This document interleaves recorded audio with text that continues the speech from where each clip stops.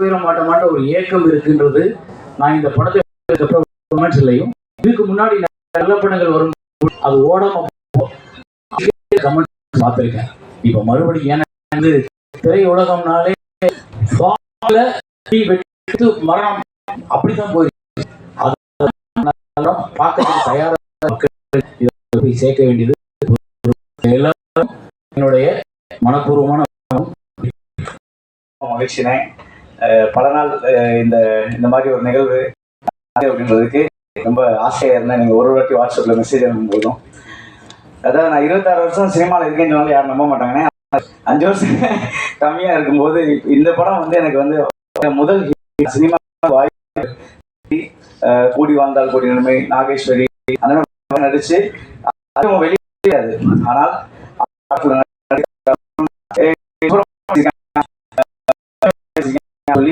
அந்த திரைப்படத்துக்கு ஒரு கம்பெனி நினைவுகளும் தெரியும். ஏன்னா ஒரு நம்பிக்கை ஏற்படுது.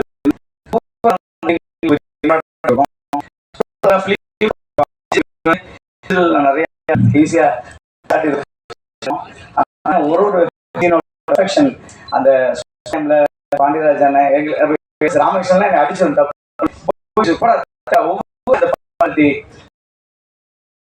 வாங்க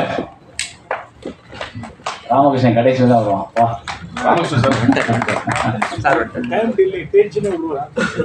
சும்மா அப்படியே கூட இல்லைங்க. நடுவில் வாங்க.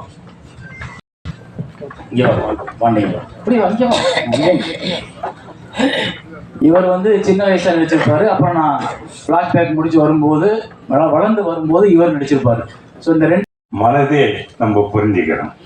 அவரோட என்ன ஃபாலோ பண்ணவர் என்ன ஃபீல் பண்றாரு இந்த படத்துக்காக எதுக்காக அவர் விரும்புறாருன்றதை முதல்ல நம்ம புரிஞ்சுக்கிறோம். அதுதான் டெக்னீஷியனோட முக்கியமான விஷயம். எந்த டெக்னீஷியனாக இருந்தாலும் சினிமாவுக்கு ஒரு இயக்குனர் என்ன அவரோட மனசுல நினைக்கிறாருன்றதை முதல்ல நம்ம தெரிஞ்சுக்கிட்டு அதை ஃபாலோ பண்ணணும். நான் கொஞ்சம் தொழில் விஷயமா கொஞ்சம் சின்சியராக இருப்பேன். இது சார் சொன்ன மாதிரி எனக்கு இந்த அளவுக்கு ரிலீஸ் ஆகுதுன்னு சொன்ன உடனே அப்படியாம்மா என்னை கூட்டு போய் படம் காமிக்கிறியா, நான் போய் பார்க்கணும்னு ஆசைப்படுறேன். அந்த மாதிரி எல்லாருக்கும் கனெக்ட் பண்ண வரக்கூடிய ஒரு படம். கண்டிப்பாக சேரன் சார் நெக்ஸ்ட்டு பேசுவார். பேசும்போது நான் கேட்குற ஒரே ஒரு கேள்விக்கு மட்டும் பதில் சொல்லுங்க. இது என்ன உங்களுக்கு பாதிச்சது, எத்தனை லவ் உங்களுக்கு இருந்ததுன்னு மட்டும் எனக்கு தெரிஞ்சுக்கணும்னு நான் ஆசைப்படுறேன். அதுக்கு லிஸ்ட்டு நிறையா இருக்குன்னு நினைக்கிறேன். அதே மாதிரி நிறைய விஷயம் இந்த படம் எனக்கு சொல்லி கொடுத்தது. இந்த படம் பண்ணும்போது நிறையா மன அழுத்தம் மன உடைச்சல் எனக்கு பர்சனலாக இருந்தது. அது கண்டுபிடிச்ச ஒரே பர்சன் பார்த்தீங்கன்னா சேரன். ஆட்டோகிராஃப் சாங்ஸ் ஷூட் பண்ணிகிட்ருக்கோம். ஷூட் பண்ணிகிட்டு இருக்கும்போது ரொம்ப ரொம்ப மன கஷ்டத்தில் இருந்தேன். யாருக்குமே தெரியாது, நான் வெளியே ரொம்ப சிரிச்சிட்ருப்பேன், யாருக்குமே தெரியாது. நான் லைட் பண்ணிகிட்டு இருக்காங்க இந்த ஒவ்வொரு புக்லையும். அப்போது கார்னரில் உட்காந்துருந்தேன். அப்போ அவருக்கு என்ன தோணுச்சுன்னு தெரில, பக்கத்தில் உட்காந்தாரு. என்ன பிரச்சனை உனக்கு அப்படின்னு கேட்டார். இல்லைப்பா ஒன்றும் இல்லைப்பா. இல்லை ஏதோ ஒரு பிரச்சனையில் இருக்குன்னு எனக்கு தெரியும், எல்லாம் சரியாகும் ஓகே அப்படின்னு சொல்லி அன்னைக்கு ஃப்ரெண்ட்ஷிப் ஆனது தான் இந்த ஃப்ரெண்ட்ஷிப் 21 வருஷமாக அவ்வளோ பெஸ்ட் ஃப்ரெண்டுன்னு சொல்ல முடியும். இந்த இண்டஸ்ட்ரியில் நான் மார்க்கிட்டு சொல்லிக்க முடியும். என்னோட dear best well-wisher and best friend யாருன்னு கேட்டால் நான் சேருன்னு சொல்ல முடியும். எல்லாரும் கேட்பாங்க, ஒரு ஆணும் பெண்ணும் ஃப்ரெண்ட்ஸாக இருக்க முடியுமா அப்படின்னு அப்போவே கேட்டாங்க என்கிட்ட. இந்த படம் பார்த்துட்டு ஒருத்தவங்களும் மீட் பண்ணும் போதெல்லாம் இருக்க முடியுமா அப்படின்னு கேட்டாங்க. நாங்கள் ப்ரூவ் பண்ணிகிட்ருக்கோம். என்னோட டியர் ஃப்ரெண்ட் சேருப்பா, நீங்கள் கண்டிப்பாக இந்த படம் உங்களுக்காக வெற்றி அடையணும்னு ஆசைப்படுறேன். ஏன்னா இந்த படத்துக்காக அவ்வளோ உழைச்சிருக்காரு, எல்லாருமே சொல்லியிருக்காங்க, அவ்வளோ கஷ்டப்பட்டிருக்காரு.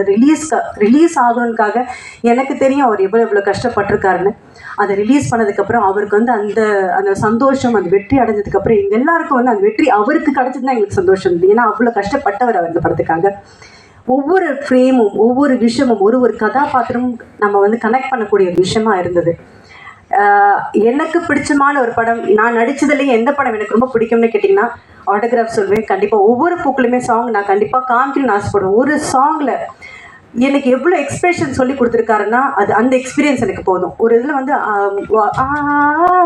மாதிரி வரும். அதில் அவர் ஏதோ யோசனையில் போகிறீங்க, யோசனையிலேருந்து நீங்கள் வெளியே வந்து அதுக்கப்புறம் நீங்கள் பாட ஆரம்பிக்கிறீங்க. இந்த விஷயம் வரை எனக்கு சொல்லி கொடுத்தவர். And I will always owe this to you செரப்பா. I really loved working with you. In fact இந்த செகண்ட் பார்ட் பண்ணணும்னு நினைக்கும் போதோ இல்லை பிரிவும் சந்திப்பும் பண்ணணும்னு நினைக்கும் போதோ நம்ம ஃப்ரெண்ட்ஸ் தானே எப்படி ஹஸ்பண்ட் ஒய்ஃபை நடிக்கிறது அப்படின்னு கேட்டார். அவருக்கு அந்த ஒரு டவுட் இருந்தது. பட் அதை மீறி ஒரு நல்ல படங்கள் நாங்கள் பண்ண முடிஞ்சது. அண்ட் கண்டிப்பாக இந்த ரீரிலீஸ் ஒரு பெரிய வெற்றி அடையும். எனக்கு எல்லாருமே வந்து இப்போ நிறைய லவ் வந்துருச்சு. ஜென்சி லவ் வந்து வித்தியாசமாக லவ் பண்ணுறாங்க.